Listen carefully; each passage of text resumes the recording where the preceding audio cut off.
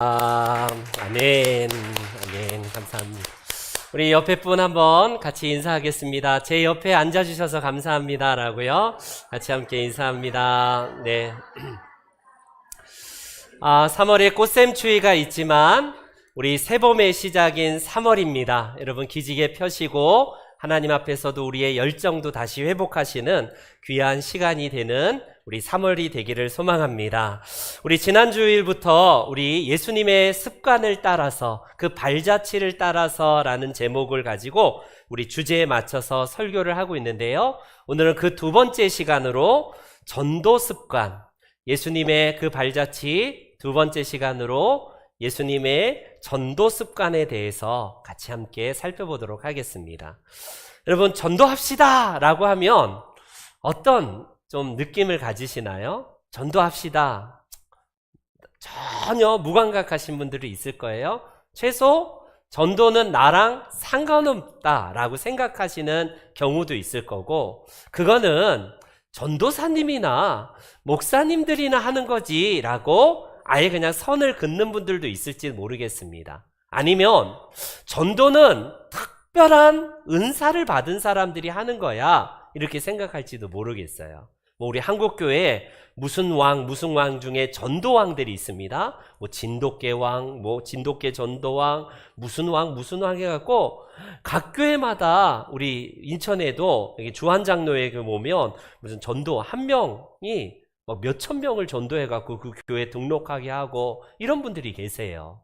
그런 것처럼 전도는 아주 특별한 은사를 가진 사람들이 하는 거야 이렇게 생각하실 수도 있겠습니다. 아니면 전도에 대한 이미지가 조금 불편해져서 광신도나 하는 거고, 그거는 무식한 사람들이나 하는 거다 이렇게까지 과격하게 생각하실지도 모르겠습니다. 아니면 최소한 그래, 전도하니까 또 한번 그냥 부활절을 한번 데려와 봐야겠다. 그래, 일회성, 마치 그냥 전도가 한번 그냥 하는 이벤트 행사 정도로 생각하시는 분들도 있을지 모르겠어요. 그러나 여러분, 전도는 하나님 앞에서 예수님께서 그 발자취를 통해서 걸어가셨던 걸음 중에 대표적인 예수님의 주된 사역이었다. 우리 지난 주간에 우리가 함께 살펴보았던 예수님의 3대 사역 중에 하나님 나라를 증거하시는 이 복음 사역, 이 하나님 나라를 증거하시는 사역을 예수님은 평생 감당하셨다라고 할 수 있어요. 우리에게 잘 알려진 고전 중에 고전인, 우리에게 잘 알려진 찰스 M. 쉘던이 지었던 책 중에 예수님이라면 어떻게 하실까?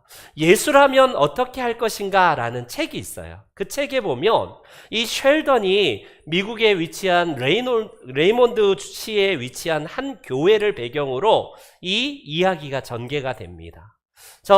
이제 그 쉘던이 지었던 그 책 안에 맥스웰이라는 담임 목사가 목회를 건강하게 잘 해요. 성도들의 신망도 두터웠고, 이제 안정된 생활을 하는 목회자로서 그냥 그렇게 편안하게 목회하다가 은퇴하면 되는데, 어느 날 그가 어떤 사건을 계기로 내가 목회를 잘못하고 있구나. 매사에 예수님께서라면 이때에는 어떻게 하셨을까? 예수님이 이 사건을 마주칠 때에는 어떻게 말씀하셨을까? 그 관점으로 새롭게 목회를 정립한다라는 그런 내용이에요. 여러분, 그곳에 보면 사회의 제도적인 문제가 생기기 시작합니다. 전에는 그거는 그냥 나랑 상관없는 일이고 나는 목회만 잘하면 돼 라고 했던 이 맥스웰 목사님이 예수님이라면 이것에 대해서는 어떤 관점으로 바라보시고 어떻게 생각하시고 어떻게 말씀하셨고 어떻게 행하실까, 이 관점으로 접근한다는 거예요. 그러다 보니까 모든 것을 다 그냥 당연하게 지극히 그냥 해왔던 대로가 아니라 예수님이 이렇게 하셨듯이 나도 이렇게 해야겠다라는 그 관점의 책이라고 할 수 있습니다. 그런데 그 책에서 여러 가지 사회 제도를 고치고 빈민가에 대한, 이 가난한 사람들에 대한 구제를 다시 생각하고 이런 것도 좋아요. 근데 안타까운 거는 쉘던이 예수님의 주된 사역이 이 땅에서 노동자 해방이 아니거든요. 가난한 사람들에게 빵을 줌을 통하여서 더 배부르게 하려고 이 땅에 오신 분은 아닙니다. 그분은 노동자들과 이 가난한 사람들을 해방하기 위해서 이 땅에 오신 분은 아니에요.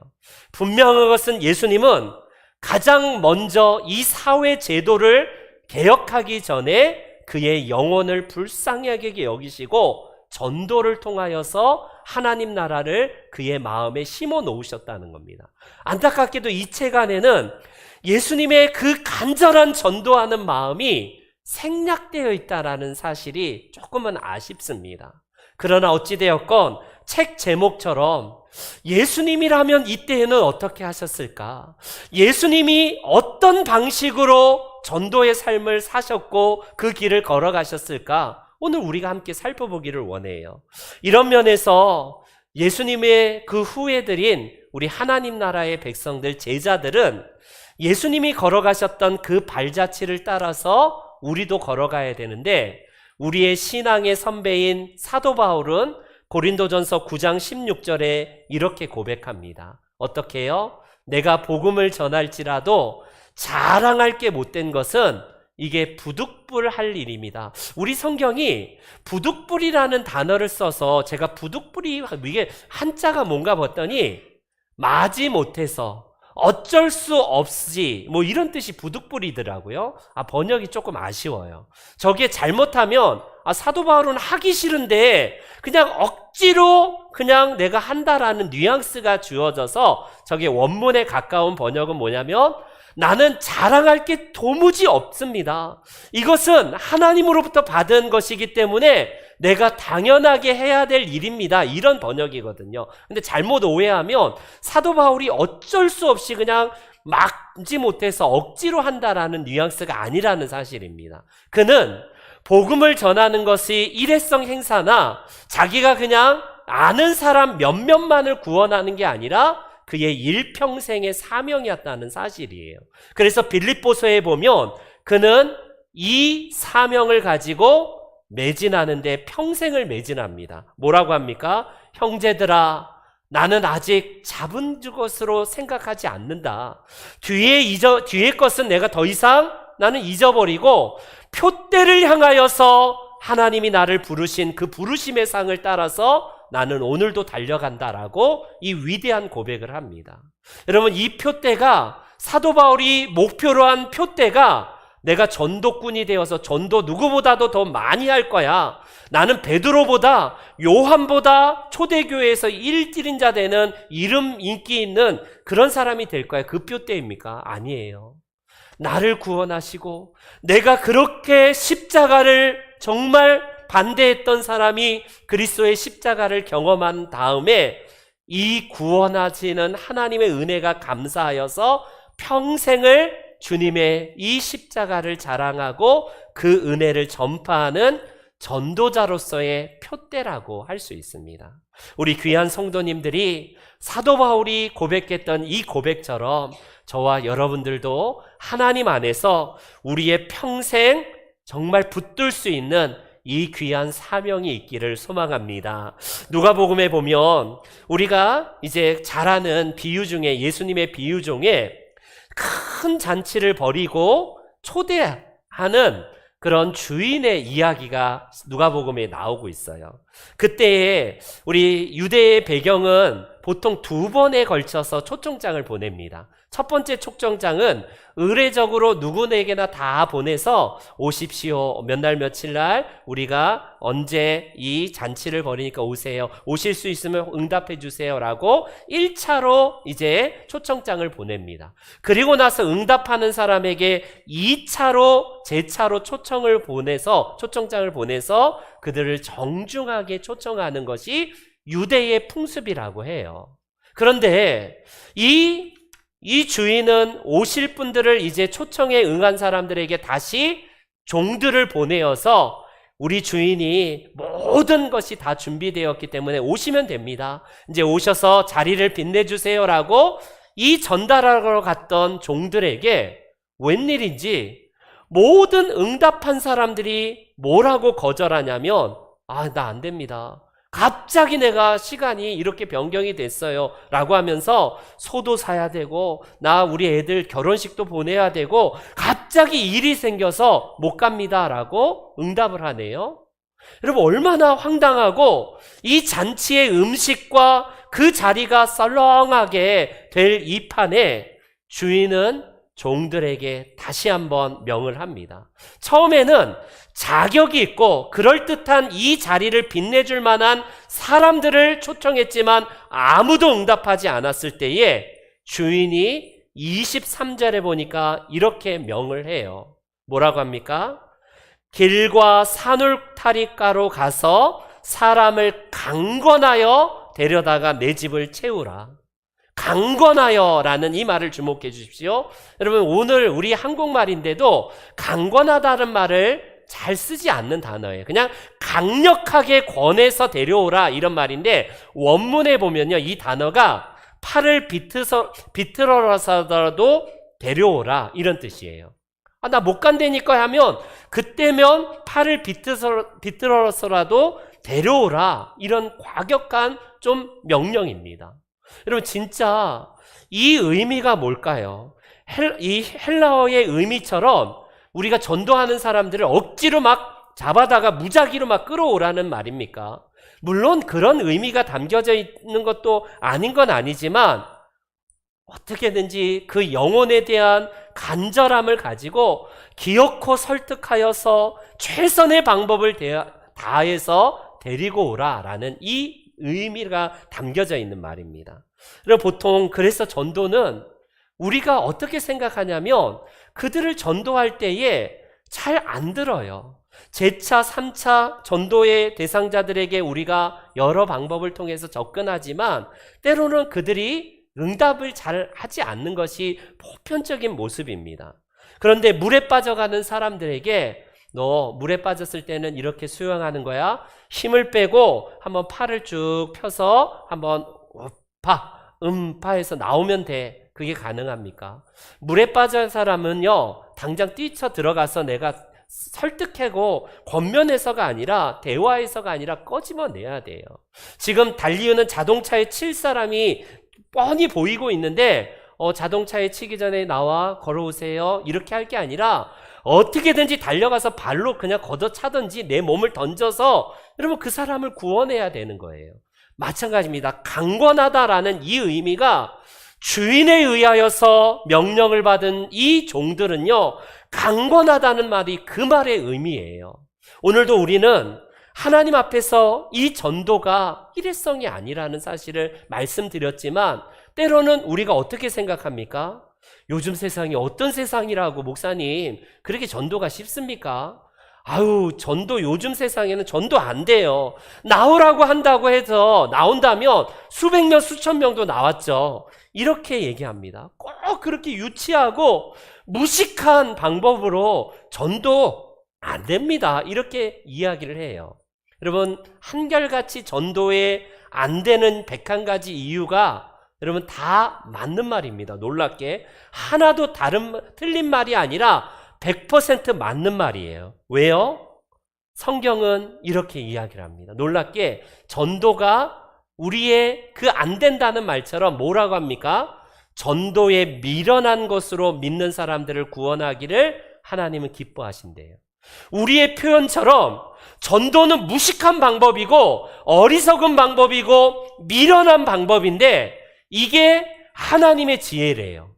아니, 내 지혜는 정말 그럴듯한 언변과 뭔가 갖추어져 있는 뭔가를 통해서 그 사람을 전도한다고 생각하는데, 성경은 말씀합니다.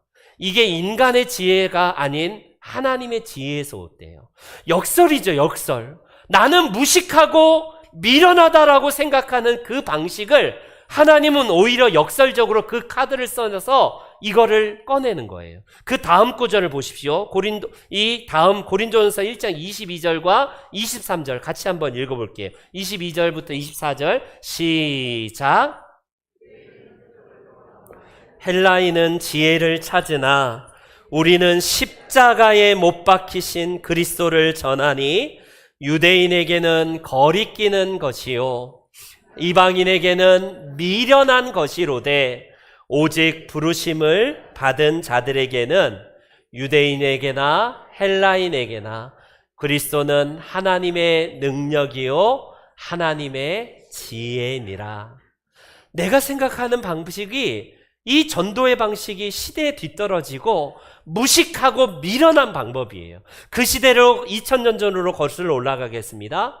지금처럼 십자가가 여성들이 차고 다니는 정말 예쁜 액세서리가 아닙니다. 흉악한 죄수들이 지는 너무 무서운 살기가 띄어지는 그런 물건이 바로 십자가예요. 거기에 예수님이 달려있다? 그건 죄수예요, 죄수. 그런데 이 무식하고 어리석은 방법을 통해서 하나님의 지혜가 나타나기 시작했고, 사람들은 그 방법을 통해서 오늘도 예수님께 내 죄를 의탁하고 주님께서 사하시는 그 사죄를 경험하는 게 십자가의 현장이라는 겁니다. 내가 생각하는 전도의 방식은 무식하다라고 생각했던 그 방식이 역설적으로 하나님은 그 방식을 선택하셔서 세상을 구원하시고 믿는 자들을 여전히 구원하시기를 원하신다는 말씀입니다. 여러분, 지금 세상의 사람들은 개화된 시대를 살고 있어요. 다 이성이 다 그냥 자기 소견에 옳은 대로 살아가는 시대입니다. 중세처럼 뭔가 정보도 없고 뭔가가 다 그냥 캄캄했던 시대가 아니라 다 오픈된 시대예요. 다 잘났고 너무나 유식하고 너무나 지혜롭다라고 하는 이 세상 사람들입니다. 이제 굳이 전문가가 필요 없고 다 전문가인 시대예요. 왜? 내 안에 스마트폰 하나가 있으면 온 세상의 정보랑 정보, 오히려 이 전문가보다 더 잘하는 시대가 오늘날의 시대 아닙니까? 그런 시대 속에서 하나님을 더듬어서 발견한 사람이 있을까요? 아무도 없다는 거예요. 하나님은 역설적으로 이 미련한 방식인 십자가를 우리들에게 계시하시고 제시한다는 겁니다. 내가 더듬어서 하나님 신을 발견하겠다라는 그 모든 인간의 지혜는 다 수포로 돌아갑니다. 지금까지 모든 종교의 방식을 보십시오. 신을 상정해 놓고 인간이 고행을 통해서건 뭔가 착한 일을 통해서건 내 어떤 참선과 인간의 행실을 통해서 신을 만나겠다라는 게 보편적인 종교의 모습이에요. 여러분 어떻습니까? 우리보다 이 종교성을 더 띈 종교들이 대부분 종교들 아닙니까?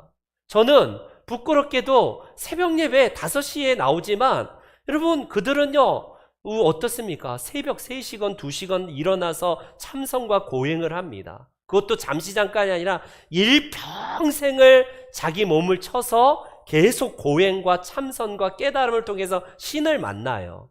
그런데 지금까지 인간의 그 지혜와 고행과 참선을 통해서 신을 만났다라고 하는 사람은 없습니다. 왜요? 그 하나님은 인간의 지혜로 발견되는 분이 아니에요.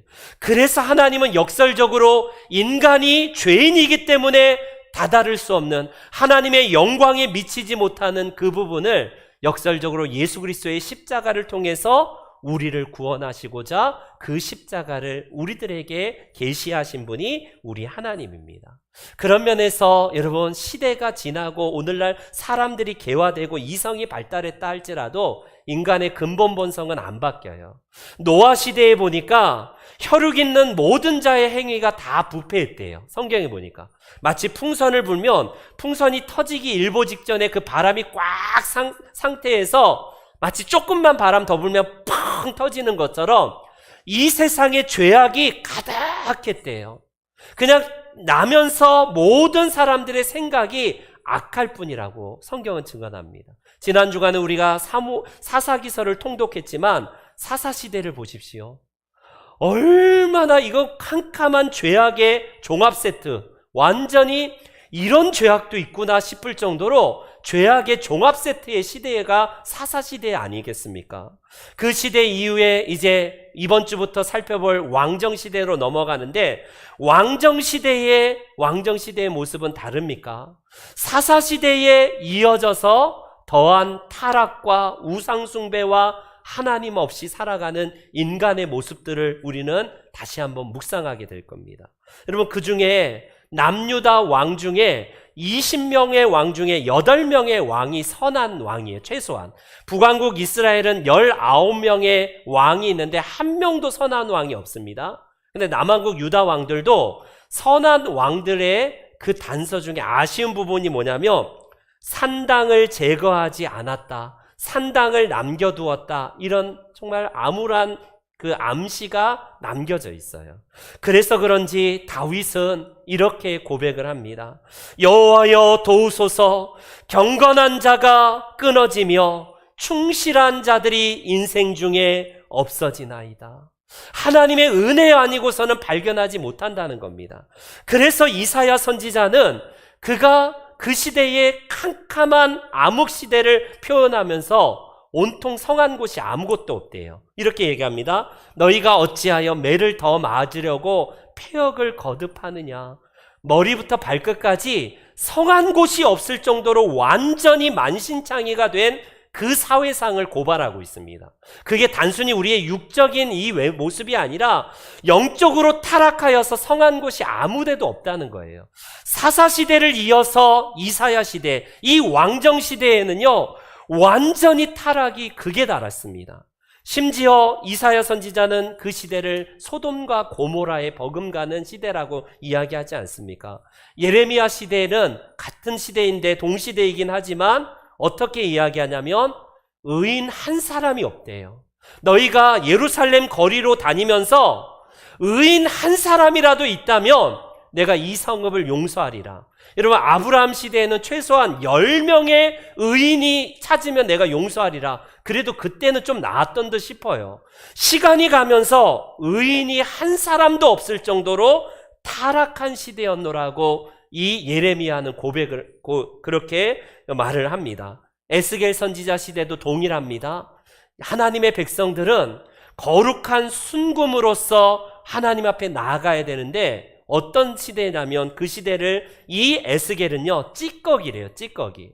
여러분, 순금을 재련하여서 재련하면 순금만 남아서 하나님 앞에 드려져야 되는데 에스겔 선지자는 이 이스라엘 백성들의 사회가 완전히 은혜 찢기로 전락한 시대였다라고 고백을 합니다. 여러분, 바로 그거예요. 그렇기 때문에 이 시대나 그 시대나 매한가지입니다. 아니, 오히려 우리가 살아가고 있는 이 인천 한복판, 우리 대한민국 한복판은 그들이 살아갔던 죄악의 시대 이상으로 죄악을 대놓고 마시고 그렇게 취하는 시대가 오늘날의 시대예요. 그들을 하나님 없이 살아갈 때에 인생이 방자한 것처럼 오늘날 우리들도 마찬가지 아니겠습니까? 그런 면에서 전도는 일회성이 아닙니다. 그런 면에서 전도는 나이스한 사람들에게 나이스한 방법으로 접근하는 게 아니라는 거예요. 그런 면에서 예수님께서 전도를 어떤 방식으로 하셨는지 그 발자취를 따라가기를 원해요. 우리가 함께 예수님은 어떻게 이 전도를 하셨는지 함께 그 첫 번째 방법을 보겠습니다. 여러분, 다시 한번 우리 누가복음 19장 10절 한번 볼까요? 우리 다 같이 한번 봉독합니다. 시작.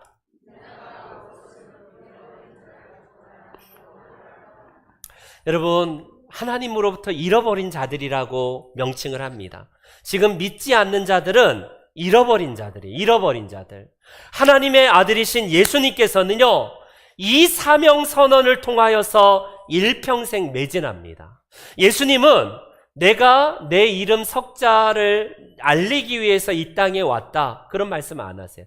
내가 사회 제도를 고치기 위해서, 노동자 해방을 위해서, 정치적인 개선과 개혁을 위해서 이 땅에 오셨다라고 말씀을 하지 않으세요. 그분은 가난한 자들에게 내가 배불리고 먹이기 위해서, 떡을 주기 위해서 왔다라고 말씀하지 않습니다. 그분은 잃어버린 자, 즉 불신자에게 복음을 통하여서 다시 새 생명을 얻게 하기 위해서, 이걸 위해서 오셨다라고 말씀하고 있어요. 그렇기 때문에 예수님은 평생의 사명이 이 전도였다는 사실을 암시하고 있는 말씀입니다.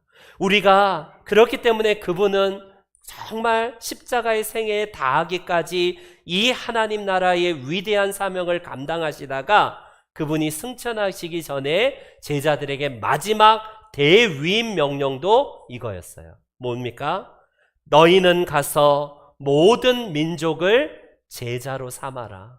너희는 가서 모든 민족을 제자로 삼아라. 이 말씀이에요.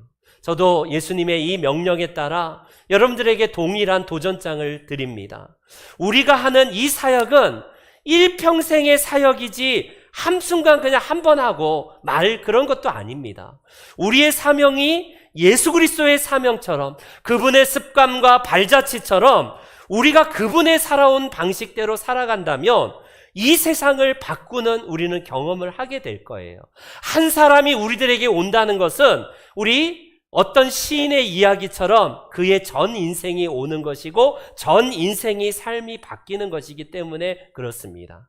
사랑하는 성도 여러분, 예수님의 그 발자취, 그분의 모본을 따라서 세상을 바꾸는 전도 사역은 일순간이 아니라, 단번에 하는 게 아니라 우리의 평생 헌신이 담겨져 있는 사명이라는 사실을 기억하시고 이 일에 여러분들의 사명과 존재의식을 가져주시기를 다시 한번 부탁드리겠습니다.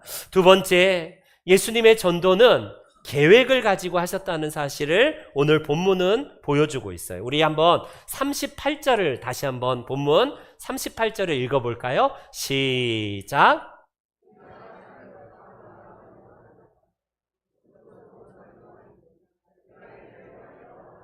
아멘, 아멘. 이 본문의 배경은 지난주에 설명드렸듯이 예수님께서 가버나움 지역에서 아침부터 회당에서 설교하시고 이제 귀신을 쫓아내시고 각종 병자를 고치시고 사람들을 세워가는 이 예수님의 큰 3대 사역을 감당하신 다음에 일어났던 일이에요.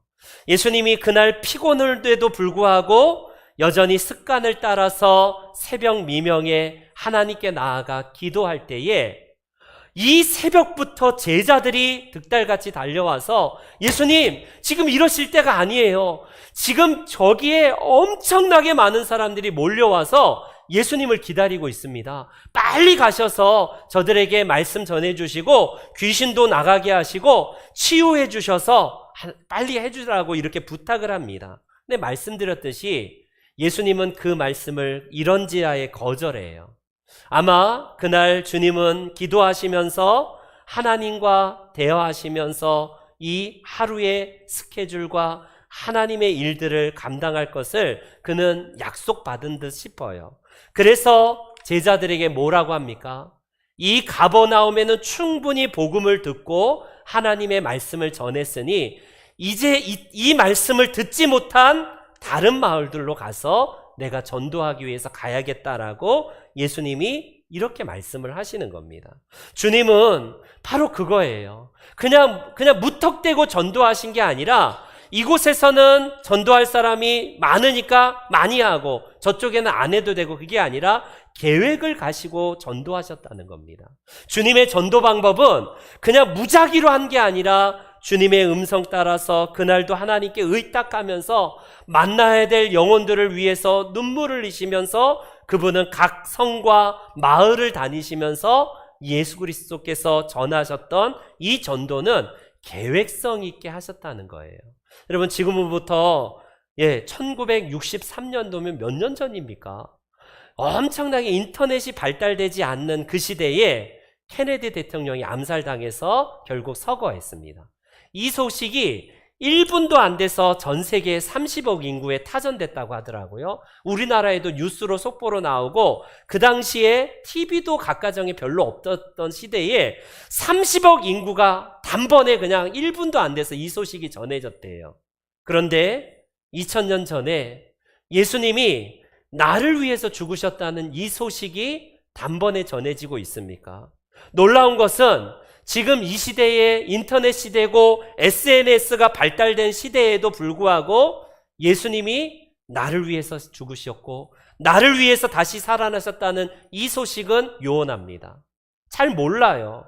여러분, 사람들이 듣는 복음의 내용을 보니까 뭐라고 듣냐면 우리 교회 와봐. 목사님 설교가 너무 좋아. 시설이 너무 좋고 성도가 많아. 성가대가 얼마나 노래를 잘하는지 와봐.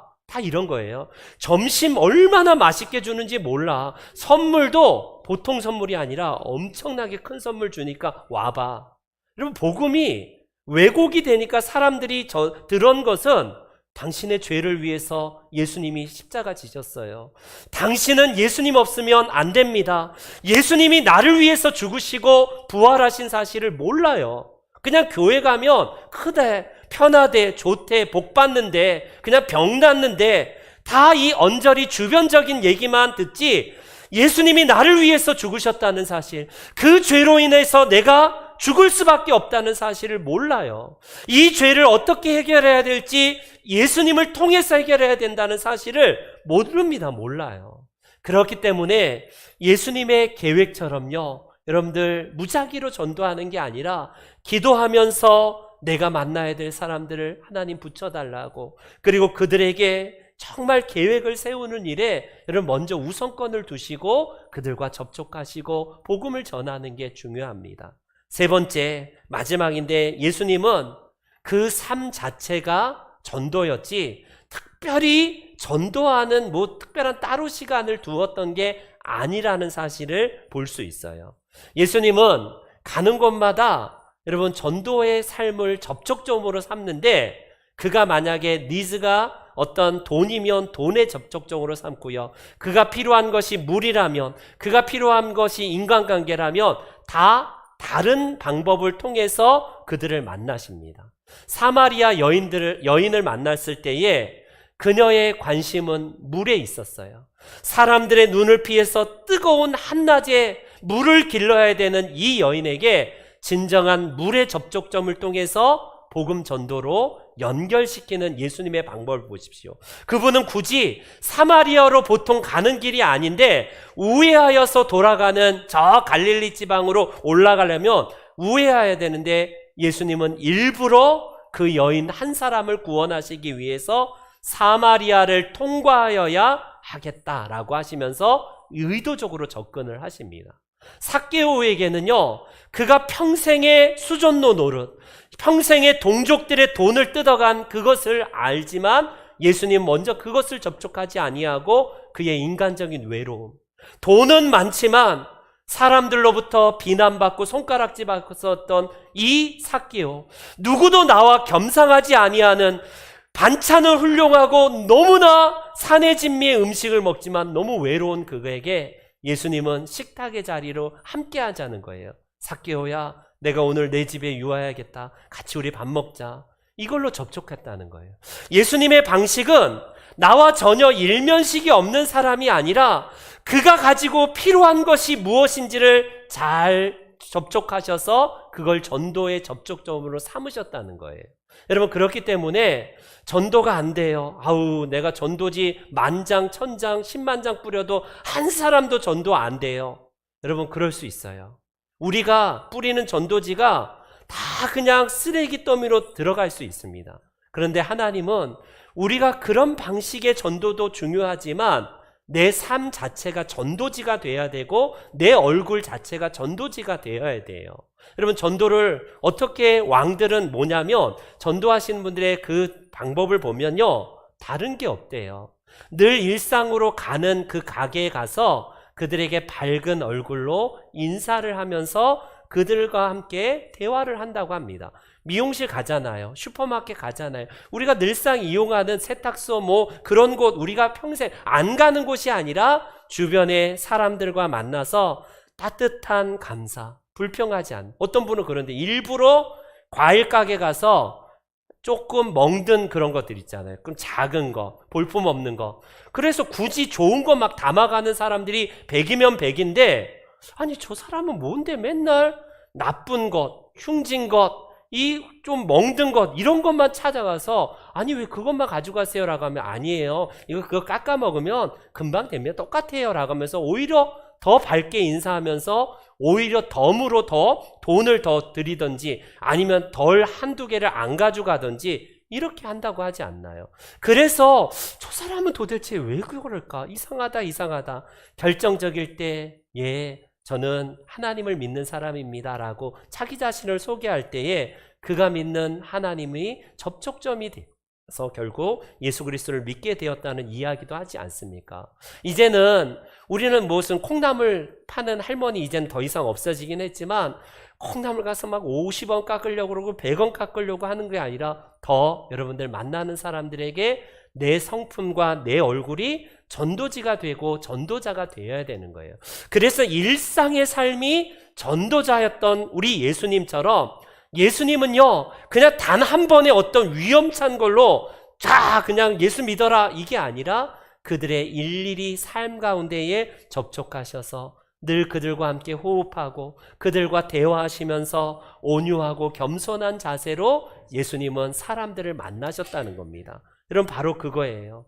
우리의 전도는 특별한 어떤 다른 것이 아니라 우리 주변에 만나는 수없이 만나는 사람들에게 여러분들의 얼굴이 전도지가 돼야 돼요. 교회 나가고 나서 바로 얼굴이 굳어지고 인상 쓰면서 다니는 사람을 누가 여러분 예수쟁이라고 하고 싶고 하고 그 사람이 믿는 하나님을 누가 믿고 싶어 하겠습니까? 교회 나가는 족족 내 행실과 언행이 전혀 하나님 나라의 전도지가 되지 아니하고 살아가는 사람, 그 사람을 보면서 야 나도 저 사람처럼 예수 믿고 싶다 이런 사람 없을 거예요. 아유 저 인간 보니까 내가 저 교회 안 가고 싶다. 당연히 이 생각 들지 않겠습니까? 바라기는 여러분 우리가 바랄 수 있는 것은 이거예요. 우리의 전도 습관을 좀 바꾸십시오. 뭐라고 말하냐면 우리는 보편적으로 언어에서 우리들의 마음에서 생각에서 무너져 있습니다. 뭐라고 하냐면 전도는 안 돼. 이 시대에 전도는 그렇게 하면 안 돼. 전도는 무식해서 그렇게 하면 안 되는 거야.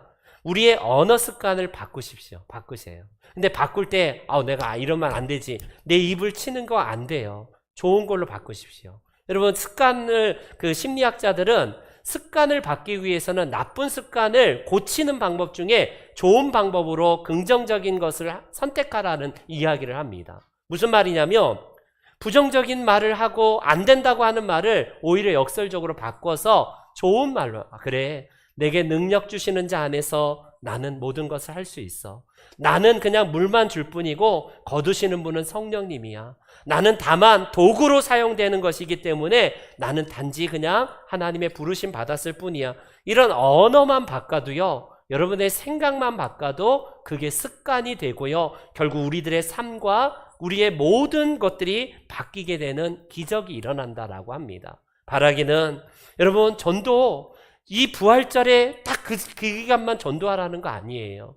우리가 일평생 예수님처럼 그분의 삶 자체가 생활 자체가 전도였던 것처럼 저와 여러분들도 그런 삶을 사시기를 축원합니다.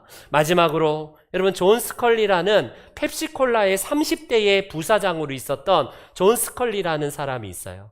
이 사람에게 스티븐 잡스가 아직 애플을 창업하기 전에 그 아주 이름도 없는 여러분 펩시콜라는 코카콜라를 따라잡을 정도의 거대 기업이었는데 그 부사장 안정적인 이 부사장을 하고 있던 존 스컬리에게 다가가서 스티븐 잡스가 뭐라고 했습니까? 언제까지 자네는 설탕물만 팔고 있을 것인가? 언제까지 자네는 설탕물만 팔다가 인생을 마감할 것이냐? 나와 함께 세상을 변혁시키기 위해서 함께 하자라고 제의를 합니다.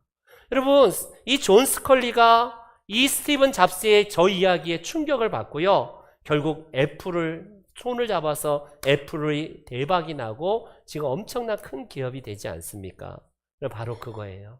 세상을 바꾸는 저 한 사람의 창의적인 기업가의 말이 이 세상에 혁신을 일으켰다면 영적인 혁신을 일으키는 방법은 세상의 방식, 사람의 지혜가 아니라 우리 주님께서 걸어가셨고 하셨던 그 방법으로 우리도 똑같이 걸어가면 됩니다. 저와 여러분들이 이 거룩한 습관을 예수님처럼 우리의 삶 가운데에 온전히 체질화시키셔서 저와 여러분들이 평생에 주님 걸어가신 그 길을 따라가시기를 주의 이름으로 축원합니다. 아멘. 다 같이 일어나시겠어요? 일어나셔서 우리 함께 세상 모든 민족이 같이 함께 찬송드립니다.